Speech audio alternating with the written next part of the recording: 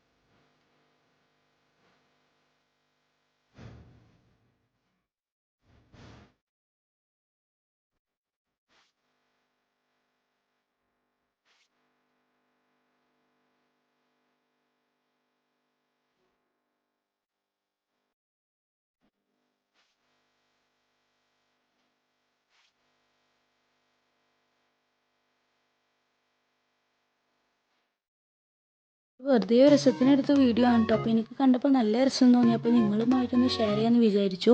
അങ്ങനെ യൂട്യൂബിൽ പോസ്റ്റ് ചെയ്തൊരു വീഡിയോ ആണ്. അപ്പോൾ നിങ്ങൾക്ക് എല്ലാവർക്കും ഇത് ഇഷ്ടപ്പെട്ടു എന്ന് വിചാരിക്കുന്നു.